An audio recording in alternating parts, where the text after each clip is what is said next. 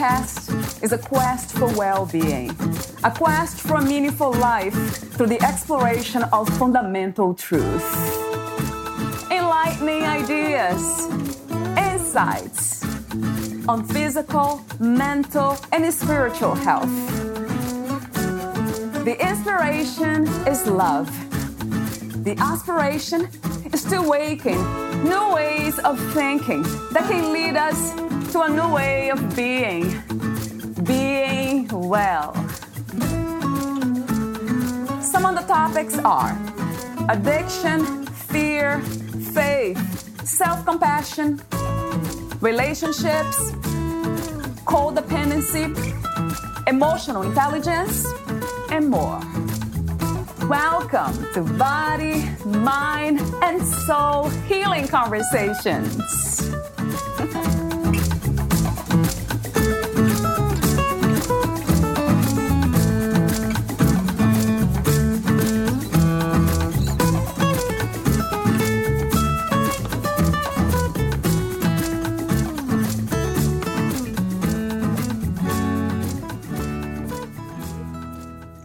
We are all too familiar with the diets and cleanses that we set the intention to embark upon, but are never quite able to follow through it.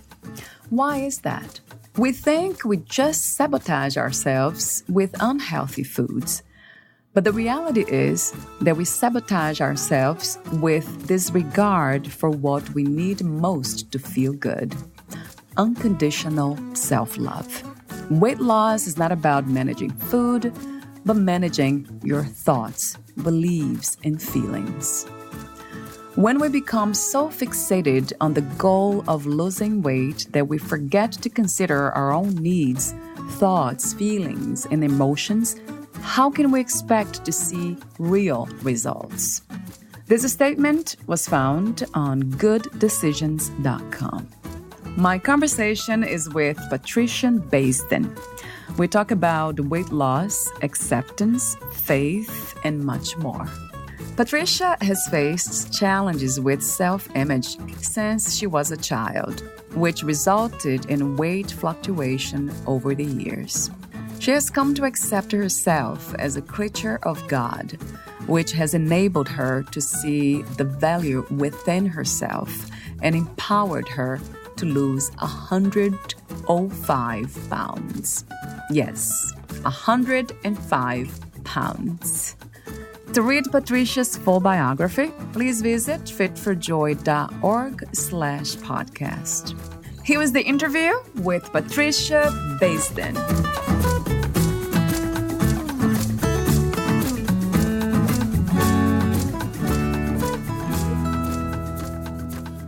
In your own words, who is Patricia Baisden? A wife, a mother, a professional woman working full-time. Those are the key elements that make up my life. Would you describe who you are as a spiritual person too, like the inner you, besides all the things that we perceive you to be from the outside? Yes, I believe I have a deep faith in God. And that is a driving force within my life. I don't force my beliefs onto others. I just follow what I believe internally. Great, thank you.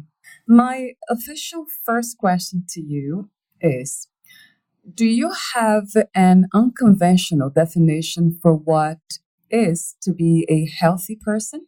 I don't know if it is unconventional. My belief to be a healthy person for my own personal experience is that it comes from multiple different sides of myself. It is mentally, emotionally, spiritually, and that feeds into my physical well-being. I don't know that that's necessarily unconventional, but it is what I believe in. It's like the idea that we are a healthy person would be living a holistic life, embracing all parts of us, the physical, the mental, and the spiritual. Yes, that is correct.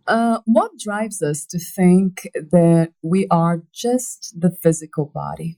I think that's an outside element that American, in particular, I'm an American. I believe that American society, I don't know about other societies, they may as well, but American society definitely pushes a physical image is between models and magazines, movies. They push that the physical appearance, you have to be a size 2. You have to be 5'8". They push all of these different elements, even television commercials push that if you get this cold cream or this lotion, that it will somehow enhance your overall sense of well-being because it will enhance how you look. So people become very trapped in their physical appearance and that's an outside manifestation of what you are on the inside. So if you like yourself on the inside, if you like who you are on the inside, then that will reflect in your eyes how they sparkle, in the smile that you have on your face. But people in society really look at the outer before they even think about the inner person. Right. So true. And also, I think because it's hard to know. It seems like we are not really connected with our intuition. So yeah, it might be that because most of us are not connected with ourselves within. It's hard to read, quotes and quotes, others from within. We automatically judge them from the outside. What is your healing story about weight loss and self-image? Everything came to a head in 2017 when I had my annual physical and was put on a second heart medication for high blood pressure. I came to the realization that I was going to be turning 50 soon in 2018, and I did not want to look and feel the way that I did at that visit in 2017 when I turned 50. It was like an epiphany. This is enough. I am ready.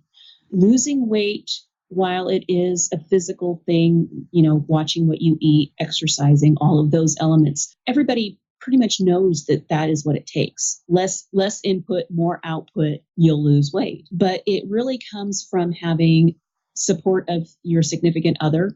It comes from having your mind and your heart and your soul fully invested in deciding this is it. This is what I'm going to do. Whether it's a weight loss issue or any other form of something that maybe alcohol, any other form of something that is holding you back, it really is a mental decision. And that is what happened for me a year and a half ago. I made a mental decision that I wanted to feel good. I wanted to look better. And so I've lost 107 pounds in a year and a half. Yeah, that's amazing. How did you do it exactly? Did you change your diet? Did you start exercising more? It was both of those things. I still eat. When I want a sweet, I still eat a sweet, but it's all about portions. I push the plate away instead of eating everything at a restaurant. I take home a portion of it instead of eating all of it like I used to do. I do exercise now. I work full time, and when I do travel for my position, the hotels I stay in have fitness rooms. So I take my fitness clothes with me on my trips, and I work out when I'm here at home. But it's really more that I've got the support of my husband. He's very proud of me, and he supports me and believes in me and helps me. He doesn't bring home treats that he knows are trigger foods for me. He helps me in that respect, and that's very important.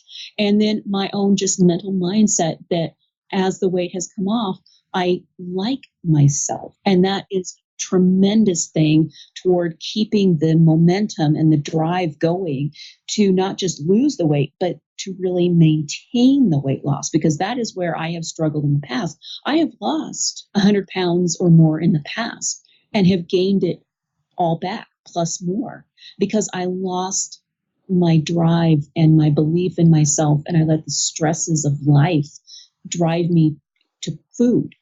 I don't drink alcohol. I don't do drugs. Food is my almost a form of addiction. When I would have stresses and become depressed, I would eat. And I've learned other avenues of taking care of myself without turning to food. Wow. Yeah, that resonates very much true to me when you say that liking yourself, that's the beginning of those kinds of change, like significant changes in our lives. What is the difference between liking ourselves and loving ourselves? It's similar to relatives. You love your parents, but sometimes you may not like them. You love yourself because that's just who you are. But liking yourself, that's a very interesting question. It's hard for me to articulate. No matter what, I love who I am because that I am who I am. But there are times when I don't like behavior that I may have done, or I don't like circumstances I'm facing. And so it causes me to have self-doubt. It lowers my self-esteem. And when my self-esteem is lowered, then I turn to whatever comforts me. And that for me would be food. And so learning to actually like myself, consider myself to be a worthwhile human being, that I am worth God's love and my husband's love and my family's love, has changed how I see myself in this world. So I don't know if that answers your question or not. Yeah, it kind of does. Do you think that loving ourselves might be connected with the alignment of what we think and what we do, as well as self-acceptance or unconditional love, right? Because self-acceptance I think, is the same thing as saying I accept myself unconditionally, no matter what. I think so. There are many people that they can't accept themselves for whatever reason, having to do with perhaps their childhood experiences, something that they were told, because words have a tremendous amount of power and they stay with us for the rest of our lives. Something that our parent or our siblings or a teacher has said to us stays with us for the rest of our lives. And so a person's self-image, whether they like themselves, will help them determine how well they're going to treat themselves, whether they're going to take the time to exercise or to cut up vegetables and cut up fruit so that they have stuff to take for lunch during the work week. Self-care. Sometimes people get caught up, especially women, I think, some men as well, I'm sure, but women, they get caught up in taking care of the kids, taking care of their home, taking care of their husbands or their significant other. And they don't stop to think, I need to take care of me, and so. It's true. So true. How do you manage that, Patricia, to the balance between loving yourself and loving your husband and your kids and your house, taking care of your house? How do you balance all this? Well, it starts with having a dialogue with my husband about, okay, I came home from work. I need to go work out before I start dinner. And he knows that is something that is important to me. And so he is accepting of it.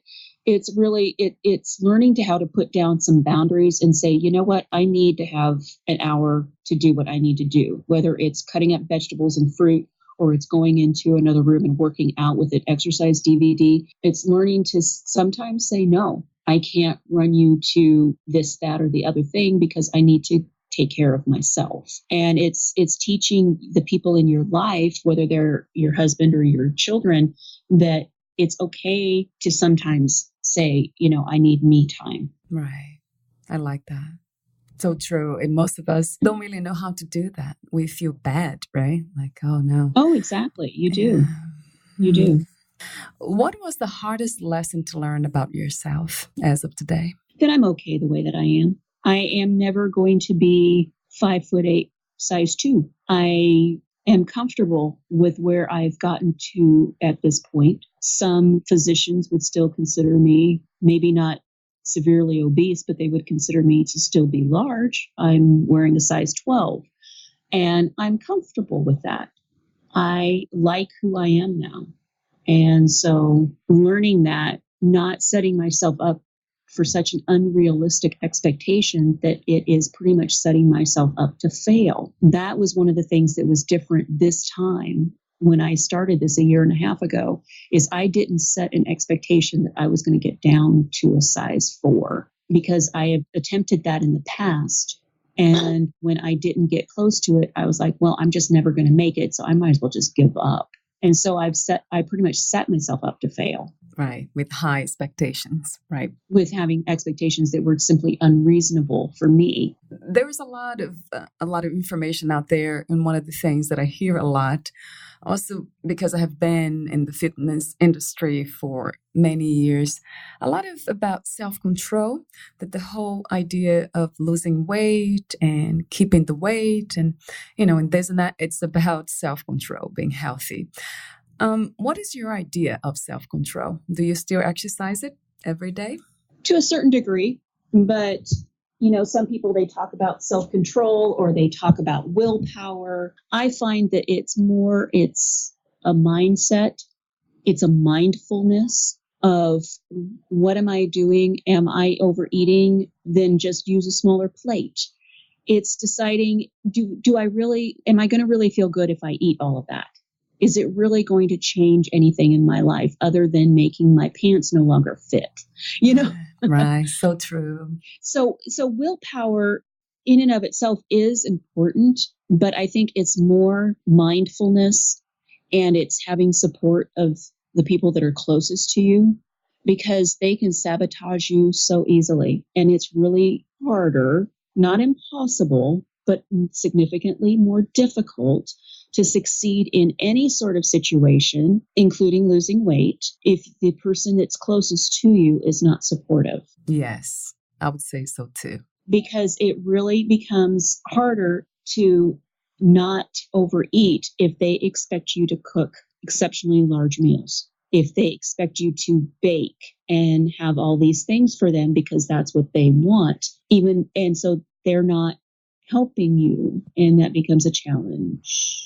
Wow. Yeah. Maybe the way to go is to change everything, like the way we cook, instead of cooking what our husbands and kids they want us to cook to please them. We should just teach them how to appreciate healthy foods and only cook healthy stuff. That might be the way. Well, yeah, and that is true. And to give smaller portions, I dish up our food and my husband eats what I've given him. And if he needs a little bit more, then he can go and get a little bit more. But it's helped him as well because he is eating more fruit and vegetables. He's eating smaller portions. So it's assisted him as well. Right, right. Everyone benefits. Yes, we both have benefited from this journey. That is so great. Why do you think so many people resist to change, to lose weight? They give up. I know you talked about giving up for yourself. Do you have other thoughts on why other people resist changing and give up on becoming healthier? I think there are a multitude of reasons. I think for me, it was looking at what my weight was, and it's intimidating to think of how much I would need to lose. And so I did it in small increments. Okay, I'm going to lose 5 pounds. Now I'm going to lose another 5 pounds. And so part of it, I think, for people in the world is thinking about how much they need to lose and getting intimidated by that number because they're so focused on a number. I think part of it is that people have an expectation that if I do lose this weight, I want to get down to this size or this shape. And so they set them, like I have done in the past, they set themselves up to fail, so they don't even try. I think there are some people that they become apathetic. I'm just big boned. I'm just this way. I don't care. I mean, here in America, you go to restaurants and the serving sizes are tremendously large. You go to fast food establishments and you can supersize it. And so you get these humongous amounts of food. And so even the establishments are not assisting us with watching our portion control. They're not even assisting us with it, and so it's really comes down to a mindfulness, a determination. Willpower is part of it. It's deciding, am I happy the way that I am, and what will it take to change that, and deciding that enough is enough and just going for it. Yeah, I think the solution for a lot of our problems, it might be just thinking for ourselves, more self-knowledge. Self-knowledge, self-awareness, mindfulness, and thinking for ourselves, not thinking what is in the TV, what's on the magazines, that I have to look like one of the Kardashians or something. No, the Kardashians are who they are. God created you the way he created you. Can you be a better you? Absolutely. But he loves you the way you are, regardless. But people sometimes they don't like themselves and they don't love themselves. And so they self-medicate, I guess is one way to put it, with food. Yeah, that's the easiest remedy, I guess. You call it self-medication, yeah, that we go to. Like you mentioned too, about when we're stressed or not feeling so good for whatever reason. Yeah, that's interesting, Patricia, because I remember being this way. Although I was in the fitness industry, I always looked good and all, but I always went to food when I felt stressed. I was not feeling good about myself. And then when I not decided, I had no choice really, but then I start looking within and finding things about myself. They're just so precious. And then I lost the interest to go outside. I became a lot more into the self-discovery idea of who I was. And that was it. That changed everything. So I think that's what we have been talking about. The solution might be thinking for ourselves and just self-knowledge. Yeah. Mindfulness. What is the difference between mindfulness and meditation? I'm not sure if there is a difference, at least in my mind. Meditation is when you take time away from the hectic schedule that you might have and you sit somewhere and you're just quiet and you just meditate on what your life is, where you're at, tracks you might want to follow, roads you might want to go down. You slow down and you just think. You meditate on life. Mindfulness to me is more, so meditation is kind of out in the universe. It's kind of, you're thinking about everything around you and how everything is going and what path you might want to follow. Mindfulness to me is more internally thinking, okay, now I've meditated on the path I want to go. Now mindfully taking that first step and then mindfully taking that second step. Being self-aware, I guess, is mindfulness. Being self-aware that I don't need to overeat. I don't need to go into the kitchen and get something from the refrigerator. Mindfully deciding not to do it, I think is perhaps one way to look at it. Right. So meditation would be the non-action reflection of ourselves, reflecting on ourselves, and mindfulness, it's connected to actions. I believe so. That's how I perceive it. Yes. Yeah, non-action and action. Right. Your biography informs that you had to come to accept yourself as a creature of God, which has enabled you to see the value within yourself.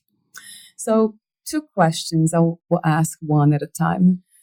Who and where is God?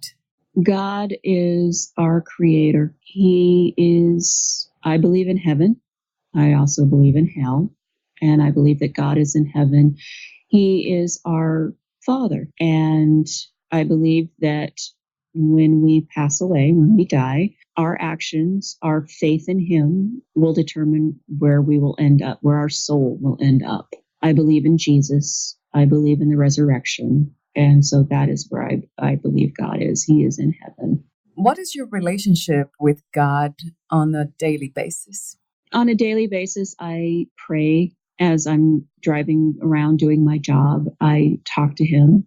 I also believe that God is not just this big thing up in the sky. I mean, people think of heaven as being in the sky. I think that He's in the small things. He's in the rose that you see in your garden. He's in the face of a child that you see laughing at a park. He's in the fall leaf colors, the reds and the yellows and the oranges. He's in the beauty of nature. So I like watching nature shows because I see the majesticness of God when I look at the creatures that He has created and how unique they are and how they function. And, I look at babies and I see God. Right. So a question that comes to mind, that's a beautiful reflection. It's beautiful the way you're speaking. Would you say that God is everything and in everyone, or God is everything and everyone?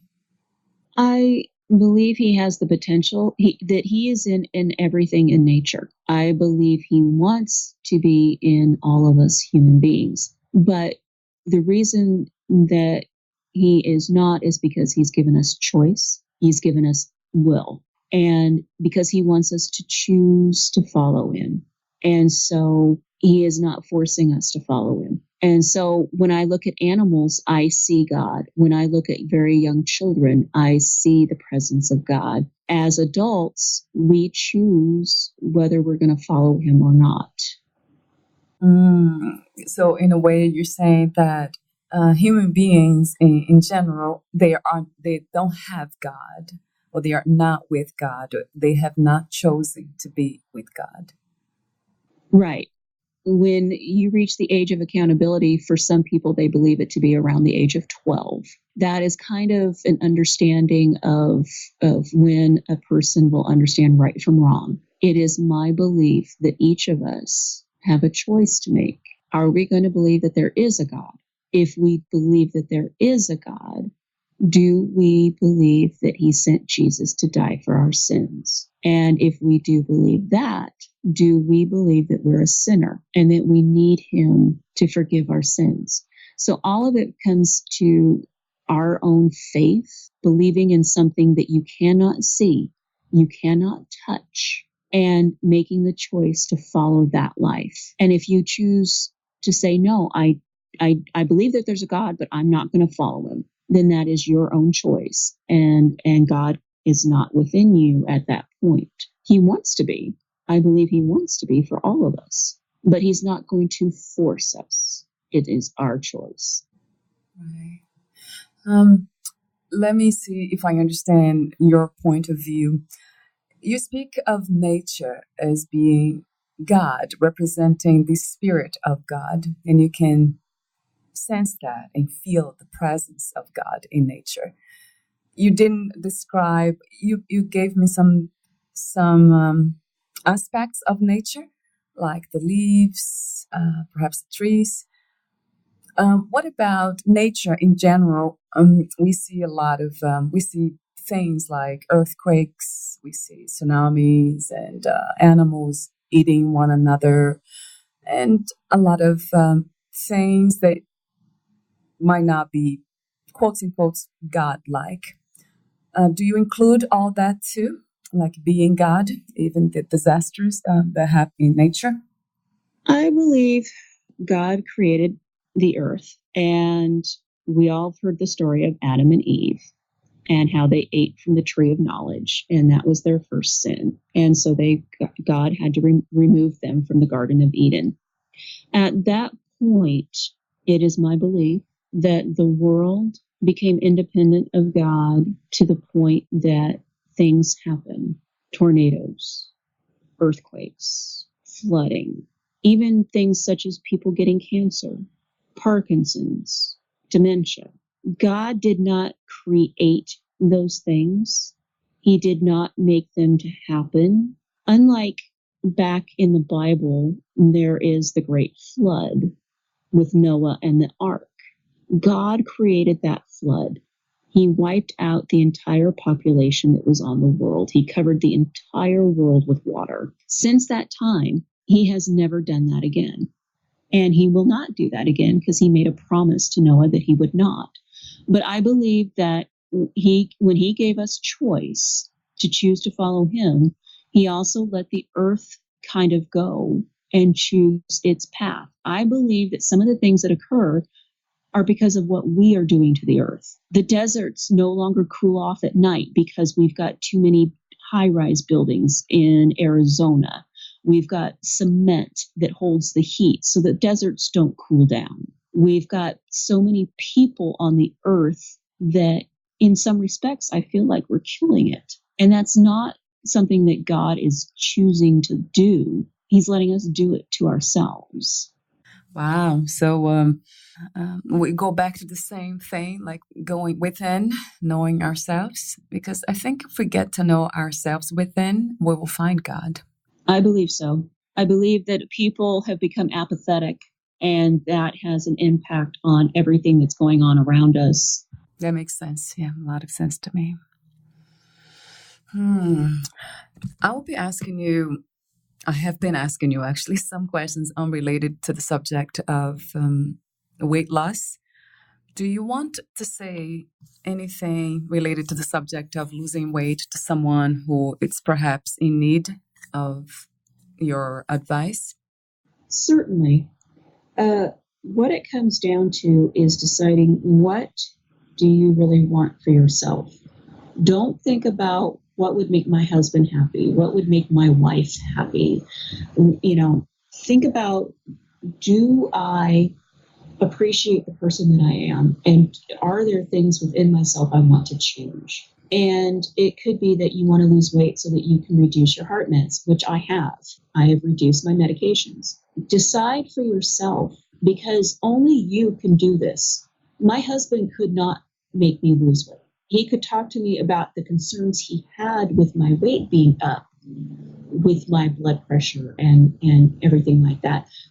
But it was my own decision to do this. If you decide to do this, don't set unrealistic goals for yourself, because that could potentially lead to you failing. Set small, manageable goals. Don't look at the fact that you need to lose 107 pounds.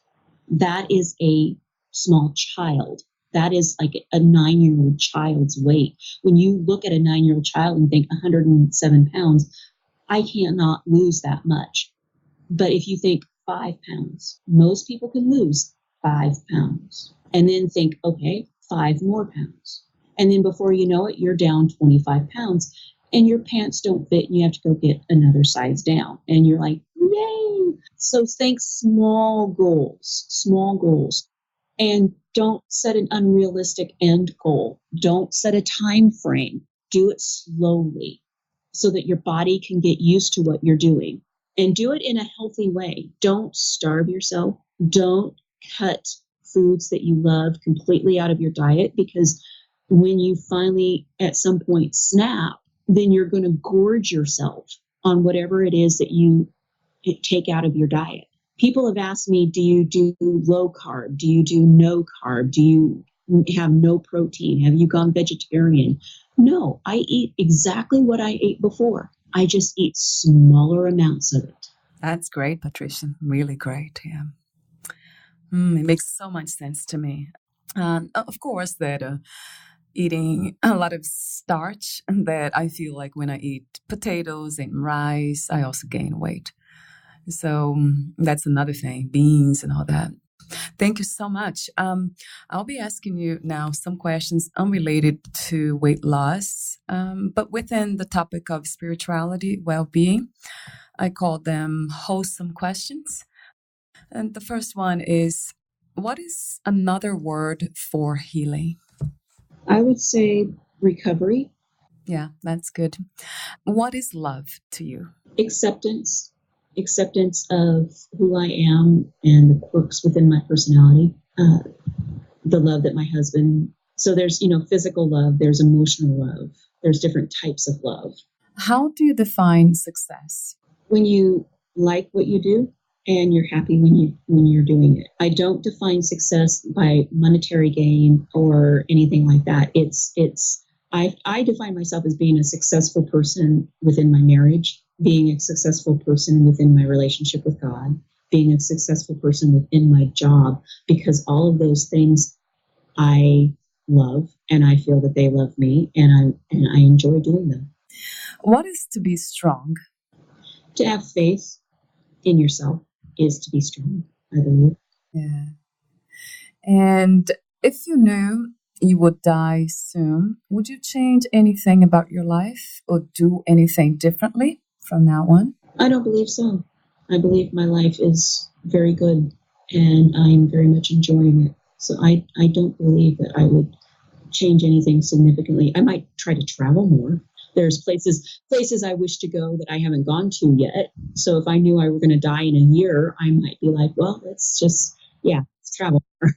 Do you have a place in mind right now that you would go to, the first place you would visit? I've always been fascinated with like Paris, Australia, Hawaii. I've never been to Hawaii. There's a number of places I would like to go. So if I knew I were going to pass away in a year, then I'd probably say let's travel. Right, that's fun.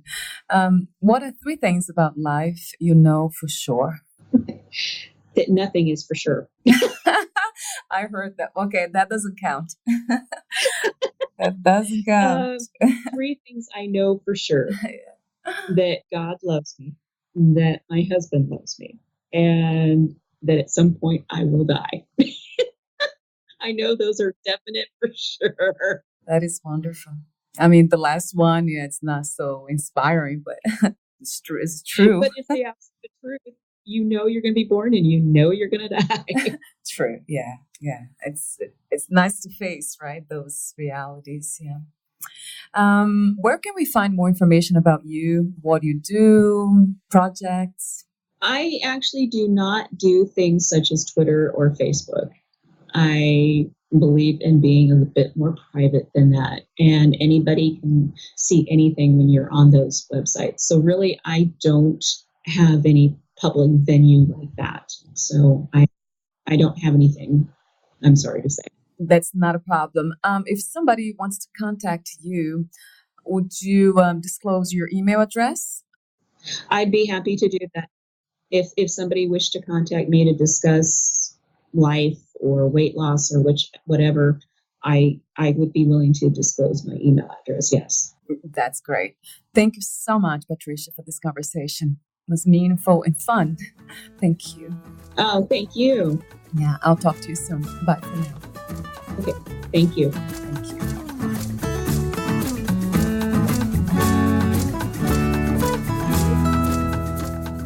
Thank you for listening. To learn more about Patricia Baisden, please visit fitforjoy.org/podcast.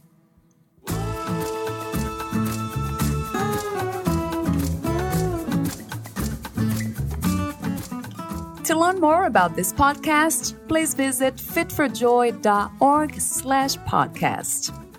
I want to thank the Patreon members, Lawrence McGrath, Mark Baisden, Terry Clayton, and Aidan Vickrock. Thank you again for listening, and bye for now.